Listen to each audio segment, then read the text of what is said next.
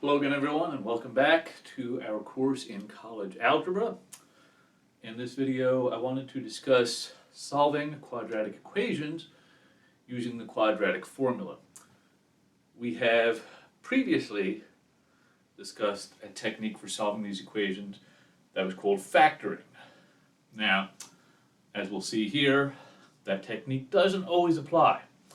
So you got to have a backup plan. And that's what this is right here.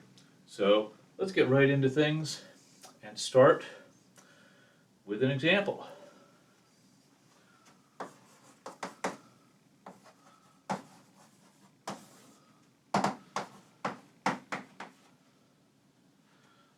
Solve x squared plus 4x minus 6 equals 0. All right, so we look at this, and the first thing I always try to do when I have to solve a quadratic equation is I try to factor it. As mentioned in the last video, we look at this constant term. If we've got a trinomial like this, we look at the constant term. We think of numbers that divide into 6 or negative 6 evenly. We're talking about pairs of numbers, so the only options are 1 and 6 and 2 and 3. It doesn't take too long to figure out that neither of those combinations will add up to 4 no matter how you arrange the signs or anything like that. So we cannot find factors for this. So what we do is we fall back on the quadratic formula.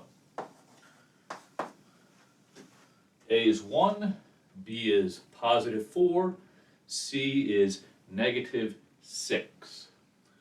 Okay, so negative B would be negative 4 plus or minus the square root of b squared. Since b is 4, b squared is 16 minus 4 times a, which is 1, times c, which is negative 6. Whole thing over 2a. All right, let's do some arithmetic here.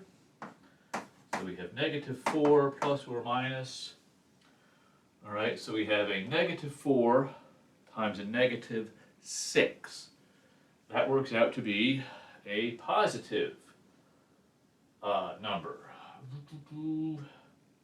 Positive 24, right? So you have 16 plus 24. 16 plus 20 is 36, plus 4 is 40. Okay, so we have the square root of 40, whole thing over 2.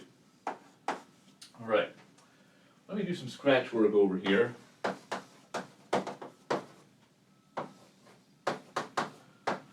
This quantity, square root of 40, that can be simplified. It's not a perfect square. This is not going to work out to be a whole number. However, we can do something with it. Now, of course, when I say perfect square, I'm sure you know what I mean. I mean the square of an integer. So 1 squared is 1, 2 squared is 4, 3 squared is 9. The squares are 1, 4, 9, 16, 25, 36, 49, 64, 81. Okay, those are the numbers I mean when I'm talking about perfect squares. 40 is not on the list. However, it is divisible by a number on that list. It is divisible by 4. And the neat thing about square roots is that they behave nicely with respect to multiplication. The square root of 4 times 10 is equal to the square root of 4 times the square root of 10. The whole point being that we know what the square root of 4 is. It's 2. So square root of 40 can be replaced by 2 times the square root of 10. You'll notice that this term is even, and so is this one. They both have a factor of 2. We can cancel out that factor of 2 with the factor of 2 in the denominator, getting the two solutions to this quadratic equation, negative 2 plus radical 10 and negative 2 minus radical 10. Of course, you remember that this plus minus in the quadratic formula that's a quick way to write two solutions at once. You get one of the solutions by taking the positive and doing the computation. You get the other solution by taking the negative and doing the computation. Okay, so quick example of applying the quadratic formula to solve an equation that we could not factor. Now let's do another one, just for giggles.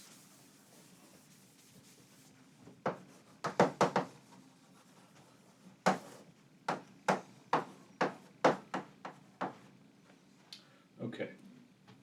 The next one I want to try is this right here. Let's do 2x squared plus x equals 2. All right. First thing is to rewrite the equation so that we have a 0 on one side. Okay. So this is actually kind of convenient because if you look back to our video on factoring, you'll remember that the strategy was get a 0 on one side and then try to factor the polynomial expression on the other side. Well, we got to do the same thing if we're going to use the quadratic formula anyway. So I always start, if I've got a quadratic equation, start by getting a 0 on one side. Okay. Then I do try to factor. I'm still going to try that. You can quickly see none of the combinations will work, okay, because you've got this 2 in front. Okay, if you want factors of -2 that add to +1, you do have a combination, right? But remember, if you're going to try to factor it, you'd have to put a 2x in front. Okay, so if you put the -1 here, you get -2, and then a 2, you get nothing in the middle. And then if you did the other combination, it won't work either. Okay, so we'll jump into the quadratic formula. B is 1, so -b, that's -1 plus or minus the square root of b squared. 1 squared is 1, minus 4 times a, which is 2, times c, which is -2. Whole thing over 2 times 2. All right. Do a computation here. 4 times 2 is 8, -16. So then we have another negative, so this is 1 plus 16.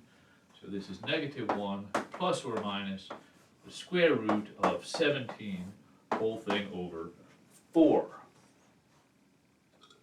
This does not simplify, so this is as far as we can go. Remember, if you're going to simplify a radical, you have to look for a perfect square that divides into this number underneath the square root sign. You have to look for a perfect square that divides into that number evenly. Well, 17 is a prime number, so the only thing that divides into it evenly is 1, so that's not really going to help. Okay, so that is our second example of solving a quadratic equation. Let's do one more where we apply the quadratic formula.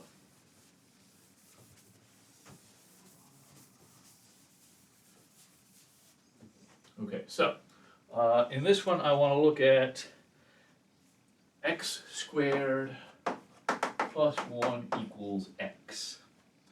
Okay, so I'm going to rewrite x squared minus x plus 1 equals 0. We experiment for a little bit, quickly convince ourselves that the left-hand side cannot be factored. Okay, so we're going to apply the quadratic formula to try and solve it. However, before I do that, I actually want to look at this quantity right here, b squared minus 4ac. Okay, if you look back to our quadratic formula, which of course we've memorized, -b plus or minus square root of b squared minus 4ac, whole thing over 2a. That's the expression that's underneath the square root sign. So let's look at what it would give us here. So -1 squared minus 4 times a, which is 1, times c, which is 1. Okay, once again, I've said it a few times in the videos already. Take the instructions literally. -1 squared means -1 times itself. -1 times -1 is a +1, so that's a 1.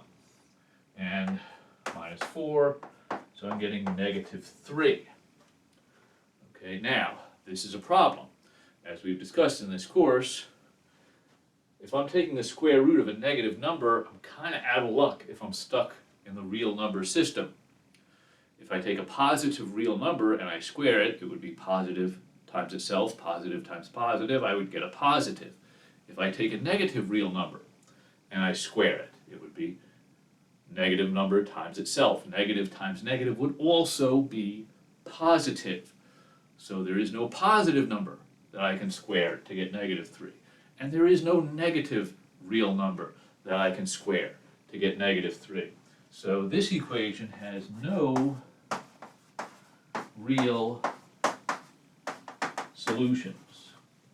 So a quick note about this discriminant. If this quantity, and it's called the discriminant, that quantity underneath the square root in the quadratic formula, if this quantity is positive, you'll have two distinct real solutions. If you look back to the two examples that we just did, we were in that case. We had two distinct real solutions. In the first example, it was -1 plus radical 10. And the second solution was -2 minus radical 10. -2 plus radical 10, -2 minus radical 10 were the two distinct real solutions. And you get that if your discriminant is positive. There will be cases where your discriminant equals 0.